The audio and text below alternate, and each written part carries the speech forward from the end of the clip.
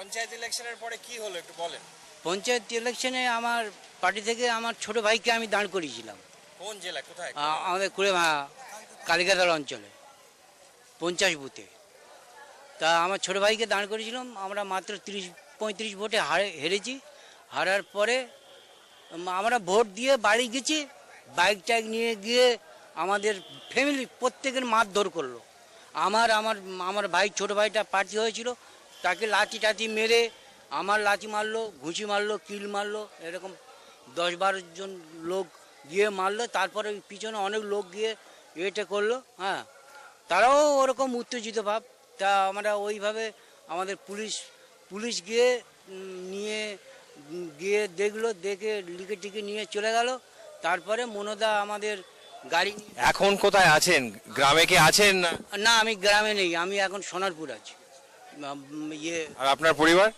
আমার পরিবারও ওখানে সব, আমার ছোট ভাইয়ের কাছে আমি আছি। আপনি কাকা কোথায় থাকেন?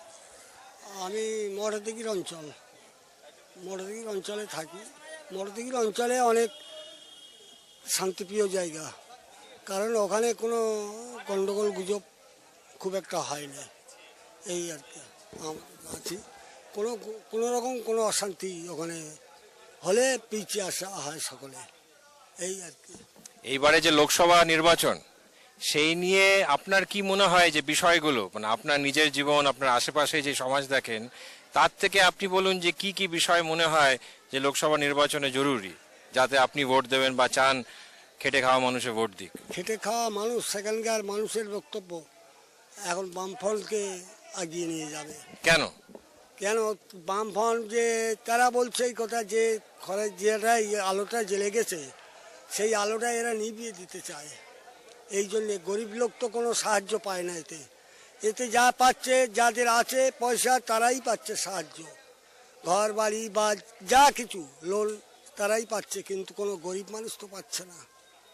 আর 3 বছর আগে বামফ্রন্ট থাকার সময় কি হতো, এই 3 বছরে কি হয়েছে একটু বিস্তারে বলুন। বিস্তারিত বামফ্রন্ট থাকায় 3 বছর আগে অনেক কিছু লোকের উপকার হয়েছে, কিন্তু 3 বছর পর কি উপকার একটু একটু ডিটেল দিন, কি কি হয়েছিল, কি হচ্ছে না? তো তখন আর কি হবে, তখন যেভাবে চলেছে আর কি, লোককে বেশ ভালোভাবে শান্তিভাবে বাস করতে পেরেছিল বা শান্তিভাবে থাকতে পেরেছিল। এখন কিন্তু অশান্তি ছেয়ে গেছে একেবারে, এখন অশান্তি দারুণ পরিমাণ ছেয়ে গেছে বাবা, এখন এইভাবে চলছে। আপনি বা আপনার পরিবার কি চাষি পরিবার? চাষের অবস্থা আগে কি ছিল, এখন কি? আগে চাষের পরিবর্তন ছিল ভালো, এখন চাষের পরিবর্তন আর কি থাকবে, আমাদের তো জলপথ নেই। আর বিশেষ করে যা ছিল তাই আছে, কিন্তু এখন সেই চাষও হচ্ছে না। একটাই এই গরমের ফসলটা হচ্ছে, বর্ষার ফসল হচ্ছে না, জল বেরোচ্ছে না 3টে অঞ্চলে, কালকেতলা, মঠদিঘি, 18 মাইল। সরকারে কি ধান কিনেছে এইবারে? জি, এইবারে যে চাষ হলো, সেই চাষ কি সরকার ধান কিনেছে? এখন কেনেনি, কিনবে। এই আগের বছরের চাষ ধান কি সরকার কিনলো, না রাইস কল মালিকরা কিনলো, না মাঝখানে ফোড়েরা কিনলো? কাকে বেচলেন ধান? ধান সব ব্যাপারী সব ফড়রা কিনলো আর কি, ফড়রা কিনে নিয়ে এবার আইস মেলে দিতে পারে, সরকারের ঘরে দিতে পারে, এই তো করেছে। প্রতি কুইন্টাল 100 কেজি কত দাম পেলেন আগের বারে? আগের বারে পেয়েছিলাম তো অনেক, কত বস্তা হিসেবে আমাদের বিক্রি করা হয়েছিল, 60 কিলো বস্তা বিক্রি করা হয়েছিল, 1000 টাকা 900 টাকা এইরকম ভাব হয়েছিল, 1000, 900, 800 এইরকম। আপনি বাড়ির থেকে বাইরে, আপনার পরিবারের অনেকে বাইরে, তো পরিবারের বাকি কিভাবে চলছে এই মুহূর্তে? ওরা আছে চাষবাসে, আমাদের জমি জায়গা সব নিয়ে নিয়েছিল। তারপরে ভয়ভূত দেখে ওরা ওদের কাছে গিয়ে সিলিন্ডার টেন্ডার হয়ে গিয়ে আমার মেজো ভাইটা আছে, মেজো ভাই মেজো বৌমা আছে, ভাইপো ওখানে আছে, ও মাঝে মাঝে দেশে আছে। তুমি দেশে গেলে তোমার মার্ডার করবে, এরকম হুমকি দিচ্ছে, তুমি যাবে না, আমাকে আসতে দেয় না। আমি যাব, আমার ভাইপো বলে না, যেটা তুমি যেও না, তোমার মার্ডার করে দেবে। তা আমি আমাদের নেতৃত্বদের কাছে বলি, তো বলে তুই যাবি একটু পরে যাবি দাঁড়া। তারপরে এবারে 19 তারিখে আমার পুকুরে ঘেরের মাছ চিংড়ি ধরে নিল। 12-14 জন গিয়ে রাত বেলা 1:30টার সময় গিয়ে জাল নামিয়ে মাছ টাছ ধরে নিল। ধরে নিয়ে আমি থানায় ডায়েরি করেছি, ইয়ে করেছি, নেতাদের কাছে জানিয়েছি। তা এখন সে কি হয়েছে না হয়েছে জানি না। তারপরে ওখানে যেভাবে একটা আমাদের ওখানে চাষবাস বর্ষার সময় চাষ হয় না, একটা হাউস আমাদের বামফ্রন্ট সরকার একটা হাউস এনেছে, তার মাল মেডিসিন সব চুরি চামারি। তারপরে ওখানে যারা ওই কন্ট্রাক্ট লেবার তার কোনো সরকার তো একা সংখ্যাগরিষ্ঠ হতে পারবে না। তো যদি ওখানে করে নিয়ে যদি এক কংগ্রেস থাকে তাহলে অনেক কিছু করতে পারবে। আমরা আমার নাম আসাদুল মোল্লা। কোথায় মানে এখানেই বাড়ি? না, নাড়াবনিয়া। এখান থেকে কত দূর? এখান থেকে কত কিলোমিটার হতে পারে? 14-15 কিলোমিটার। 15 কিলোমিটার। আচ্ছা, আপনি এখানে কি করতে এসেছেন? আমি এই সভা ছিল, এখানে আমাদের নেতারা এসেছিল, আমাদের কিছু আলাপ আলোচনা ছিল, তাই বলতে এসেছিলাম। বর্তমান রাজনৈতিক পরিস্থিতি কিরকম? পরিস্থিতি আমাদের এলাকায় খুবই ভালো এবং যে 30 বছরে 32 বছরে যে আমরা ভেঙে দিতে পেরেছি, মনে আছে এবারে আরও তাড়াতাড়ি অল্প দিনের ঘর খুব তাড়াতাড়ি ভেঙে দিতে পারবো। এলাকায় এরকম প্রসারও আমাদের আছে ভালো। ভিতরে হয়তো মানুষ সদরে আসছে না, কিন্তু ভিতরে আমাদের প্রচুর লোক আছে এবং কথাবার্তাও চলছে সেভাবে। এভাবে সামনে দিন এগিয়ে এসছে আমাদের। মোটামুটি যথারীতি ভোটটা হলেই আমরা বাঁচবো। কীভাবে ভোট দেবো না দেবো, শুধু প্রশাসন যদি সেভাবে আমাদের সাহায্য করে। প্রশাসন সাহায্য করবে এটা ধরে নিয়েছেন কি করে? আমরা তো সর্ব জায়গায় টিভির সংখ্যা দেখছি সব সময় এবং আমাদের সাথে থাকবে বলে আমরা আশা করছি এবং আরও বিভিন্ন এলাকায় আমরা পাশাপাশি দেখছি, সেভাবে নিশ্চিত জিতবে অবশ্যই। আর প্রশাসন সাধারণত যে অভিযোগগুলো আছে যে প্রশাসন শাসক দলের সঙ্গে আছে, আমি বলবো হ্যাঁ শাসক দলের সঙ্গে আছে, এটাই আমরা দেখতে পাচ্ছি। হ্যাঁ, শাসক দলের সাথে আছে এবং আমাদের জোটাও ভালো আছে দেখছি আমরা সামনে, এবং টিভিতেও দেখছি অনেক জায়গায়, এবং গ্রামেও দেখছি, কথা বলছি আমরা বিভিন্ন লোকের মানে ভোটারদের সাথে, তারা কি বলছে? তাতে করে আমরা জিতে যাব। আপনারা তো জিতবেন। আপনারা কোন দল? আমরা সিপিএম। আপনারা সিপিএম, মানে আপনারা জিতবেন এটা আপনি জানেন? হ্যাঁ, আশা করছি এবং কথাবার্তা হচ্ছে এবং আরএসপিও জিতবে। আমাদের প্রার্থী যে সুভাষ নস্কর, উনিও বেরিয়ে যাবে আশা করছি। প্রার্থী হিসাবে উনি ভালো, খুবই ভালো। মানে এর আগে উনি দাঁড়িয়েছিলেন? হ্যাঁ, আগে দাঁড়িয়েছিল, কিন্তু বিভিন্ন সমস্যার মাঝখানতে উনি জায়গায় আসতে পারেন ঠিক আমাদের এলাকার মধ্যে, কিন্তু ওনার প্রসারও আমাদের এলাকায় ভালো আছে। উনি মানে কাজের লোক। আপনার নাম? আমার নাম জাহান আলী মোল্লা। আপনার বাড়ি? বাড়ি কালকেতলা। হ্যাঁ, উত্তর কালকেতলা। তা হয়ে গেছে প্রথম টিএমসির স্কুল ভোটে, মানে আজ স্কুল ভোট হয়েছে, ফার্স্ট সকাল থেকে একেবারে পাট্টার জায়গায় আমার ঘর, সেই ঘর ভেঙে একদম গরু মেরে খাওয়া করে, সেই ঘরের বাঁশ বাখারি দিয়ে। আচ্ছা, ধৈর্য ধরে ওই ব্যাপারে আমার ছেলে ভোটে ফেলে উবু ন্যাংটো করে মেরেছে, ওই যে কালকেতলার স্কুলে, ওই সিপিএমের লোক। হ্যাঁ, তারপরে আমার কাগজপত্র সব ঠিক আছে, তোমার রায়তি সম্পত্তি কেস মামলা ক্যানিং কোর্টে আমার রায়, বারাইপুরে আমার রায়, আজ 2 বছর ধরে এই হচ্ছে। সেই জায়গায় জবরদস্তি ধাক্কা ধুক্কি মেরে তুলে দিল, সেই পর্যন্ত আমার সেই জায়গায় মাটি ফেলেছে, সেই জায়গায় ঘর তুলে দেওয়ার ব্যবস্থা করছে। ঘর কিছুদিন পরে হয়ে যাবে। তারপরে আমার বাড়ি ছাড়া করেছে, বাড়ি ছাড়া ফেলে ঘর বাড়ি লুটপাট করেছে, বাড়ি ছাড়া হয়ে গেছে। বাপ বেটা সমস্ত মেয়ে ছেলে একটা এসে তাতে কি মনে হচ্ছে ভোটের বাক্সে জবাব দেবেন? জরুর। পঞ্চায়েতের নির্বাচনের পর খানিকটা মানে খুব সন্ত্রাসের মধ্যে ছিল কিছু কিছু এলাকা, কিন্তু এই লোকসভা নির্বাচন ঘোষণার পর থেকে আমাদের কমরেডরা যেভাবে ঝাঁপিয়ে পড়েছে, তাতে অবস্থার অনেক উন্নতি এবং আমরা পথে ঘাটে যাচ্ছি, প্রার্থীর সঙ্গে করে নিয়ে যাচ্ছি।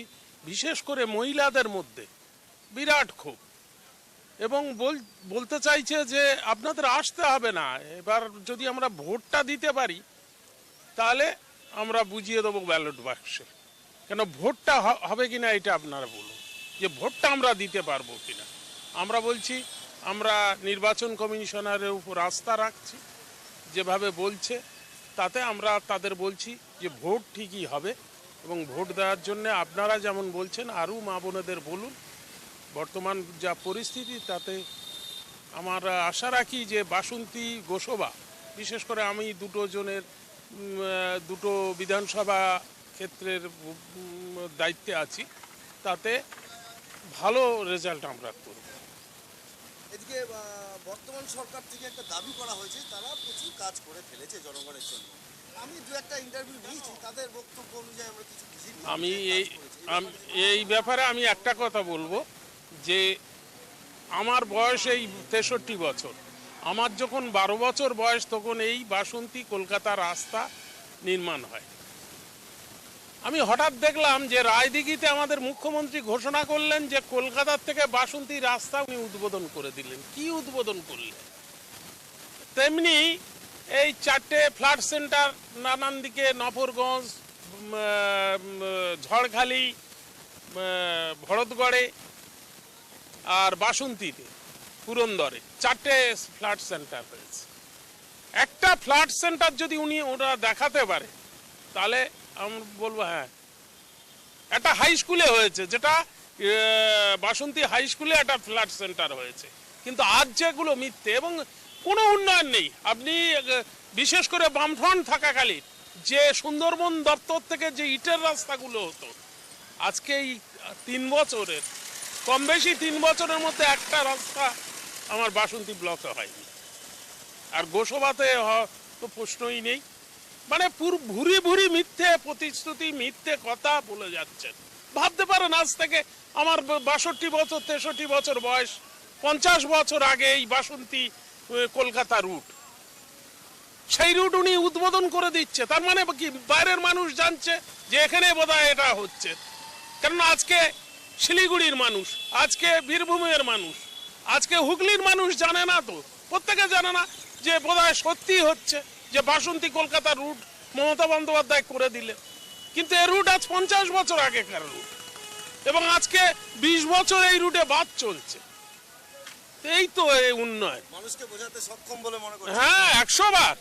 এগুলো তো আমরা বেশি করে চোখে আঙুল দিয়ে দেখিয়ে দেবো। আপনার শেষ প্রশ্ন, আপনি বহুদিন বামপন্থী আন্দোলনের সঙ্গে যুক্ত, আপনার নিজেকে কি মনে হচ্ছে বামপন্থী আন্দোলনের সঙ্গে যুক্ত থেকে? আপনাকে কি গর্ব মনে করেন? আমি মনে করি, আমি গর্ববোধ করি। গরিব মানুষের স্বার্থে একমাত্র মনে করি বামফ্রন্ট মার্ক্সবাদী কমিউনিস্ট পার্টি গরিব মানুষের স্বার্থে আমরা কাজ করছি। আগে বর্গা চাষি, পাট্টা হোল্ডার, যোদ্ধাদের থেকে জমি কেড়ে নিয়ে তাদের বর্গা প্রমাণপত্র দেওয়া, এসব আমরা করেছি। আমার মনে করি যে গরিব মানুষের একটা যদি সত্যিকারের কাজ করা যায়, তাহলে গরিব মানুষের সত্যি দু হাত তুলে আমাদের আশীর্বাদ করে। সেই কারণে আমি মনে করি আমি সত্যি ভাগ্যবান যে মার্ক্সবাদী কমিউনিস্ট পার্টির পতাকা তলে এসে দীর্ঘদিন, আজ 68 সালে মেম্বারশিপ পেয়েছি, আজ পার্টি মেম্বারশিপ পেয়েছি, আর আজ 2014, এতদিন পার্টির পিছনে আছি, পার্টির স্বার্থে কাজ করছি, গরিব মানুষের স্বার্থে কাজ করছি। আমি মনে করি আমি নিজে খুব ভাগ্যবান। আরেকটা ব্যাপার, ইলেকশন এলে পরে যে কোনো রাজনৈতিক দলেরই মুখ্য প্রচার হয়ে যায় গরিব মানুষের জন্য। সে একই জিনিস আপনারাও করছেন, কিন্তু আপনার কি মনে হয় যে গরিব মানুষের জন্য কারা প্রকৃতপক্ষে কাজ করে? এটা আমার মনে হয়, আমার বলাটা ঠিক হবে কি না সেটা সাধারণ মানুষ বলবে, যে কারা গরিব মানুষের সুখে দুঃখে থাকে, কার মানে বিশেষ করে গ্রাম এলাকায় একটা রুগী চিকিৎসার জন্য চিকিৎসার অবহেলায় সে দিনে দিনে তার ক্ষয় হচ্ছে। সেখানে আমরা, বিশেষ করে আমরা সিপিএম পার্টি, তার নিয়ে গিয়ে কোথায় হসপিটাল, কোথায় এসব দেওয়া, সমস্ত তাদের আপদে বিপদে আমরা তাদের পাশে থাকি। আর যারা বলছে উপরে বলছে যে গরিব মানুষের স্বার্থে কাজ করছে, গরিব মানুষের স্বার্থে কাজ কারা করছে সেটা আমি না বলে অন্তত সাধারণ মানুষের জিজ্ঞাসা করলে আমার মনে হয় ভালো। অসংখ্য ধন্যবাদ। এতক্ষণ আমরা কথা বললাম মার্ক্সবাদী কমিউনিস্ট পার্টির নেতা রতন দাস সঙ্গে। আমার নাম সুদর্শন সামল। মানে রাজনীতি করেন? হ্যাঁ, রাজনীতির সঙ্গে যুক্ত, মানে আমার ছাত্র অবস্থা থেকে যুক্ত। কোন রাজনীতি দল? আগে ছিল বঙ্গীয় ছাত্র ফেডারেশন, পরবর্তীকালে এসএফআই, তারপরে এখন সিপিআইএম। ভারতবর্ষের রাজনৈতিক দল আরো আছে, তা আপনি বামপন্থীটাকে আপনি মেনে নিয়েছেন, এর কি কোনো বিশেষ কারণ আছে? এই বিশেষ কারণ হচ্ছে, বামপন্থী দল মেনে নেওয়ার কারণ হচ্ছে যে শোষকের বিরুদ্ধে যে সংগ্রামটা, সাম্রাজ্যবাদ দেশ পরাধীন ছিল এবং সাম্রাজ্যবাদের বিরুদ্ধে একটা ঘৃণা তৈরি হয়েছিল দেশকে মুক্ত করার প্রশ্নে। সেই সময় থেকে সাম্রাজ্যবাদ এবং পুঁজিপতি এবং সামন্ততন্ত্র যাকে বলে, জমিদারদের বিরুদ্ধে একটা ঘৃণা একবার জন্মসূত্র থেকে তৈরি হয়ে গেছিল। এই কারণে আমি সিপিআইএমকে ভালোবাসি, আগে অবিভক্ত কমিউনিস্ট পার্টি, তারপর সিপিআইএম। বর্তমান পরিস্থিতি, নির্বাচন আসার পরপরই দেখা যাচ্ছে, এটাও সব নির্বাচনের সময় দেখা যায় যে ভারতবর্ষে প্রায় সব রাজনৈতিক দলই গরিব মানুষের কথা বলে। কিন্তু ভারতবর্ষের সব রাজনৈতিক দল গরিবের কথা বলে, কিন্তু নির্বাচনের সময় বলে, নির্বাচনোত্তর পরিস্থিতি পেরিয়ে গেলে বলে না। একমাত্র সিপিআইএম বামপন্থী ছাড়া গরিব মানুষের পক্ষে কথা বলে না। আমি তার নির্দিষ্ট উদাহরণ দিয়ে বলি, এই যে গণবন্টন ব্যবস্থা বা 100 দিনের কাজের যে গ্যারান্টি, এই প্রথম ইউপিএ সরকারে যখন বামপন্থীদের 61টা এমপি ছিল, তারাই সংগ্রাম করেছে এই গরিব মানুষের জন্যে, এই এলাকার সার্বিক উন্নয়নের জন্যে। বিশেষ করে বামপন্থীরা সিপিআইএম প্রধান ভূমিকা, সেনাপতির ভূমিকা পালন করে। বর্তমান রাজনৈতিক পরিস্থিতি, তার সঙ্গে হচ্ছে সামাজিক পরিস্থিতি, এই ধরুন সারের দাম বা কৃষকরা যে চাল উৎপন্ন করছে তার দাম, এই সম্বন্ধে আপনি যদি কিছু বলেন। তা এই সম্পর্কে আমি বলতে চাই যে বিশেষ করে কেন্দ্রের নীতি নির্ধারণ হয় এবং সেখানে সারের দাম, ডিজেল, পেট্রোল, কেরোসিন, এই যে দাম বাড়ে তারা ঠিক করে। ফলে ওই যে নীতি নির্ধারণের জায়গাতে এখানে সংখ্যাগরিষ্ঠ হচ্ছে কংগ্রেস এবং কখনো বিজেপি, তারা যুক্তভাবে মানে এই দাম বাড়ানোর প্রশ্নে, বেসরকারীকরণের প্রশ্নে, উদারনীতির প্রশ্নে তারা ঐক্যবদ্ধ এবং একমাত্র বামপন্থীরা এই লড়াইটা দেয়। আমি এই কারণে বামপন্থীদের এই কাজকে আমি সমর্থন করি, আন্তরিকভাবে হাঁটিলি, মানে তাদেরকে আমি প্রশংসা করি এবং ওই জন্যে আমি এদের সঙ্গে আছি। বর্তমানে একটা বিশেষ পরিস্থিতি তৈরি হয়েছে, এটা পশ্চিমবঙ্গের জন্য বিশেষ করে প্রযোজ্য, যে ফিল্ম স্টারের তারকা বা সঙ্গীত শিল্পী এরা রাজনৈতিক ময়দানে নেমে পড়েছে। শোনেন, তাৎপর্য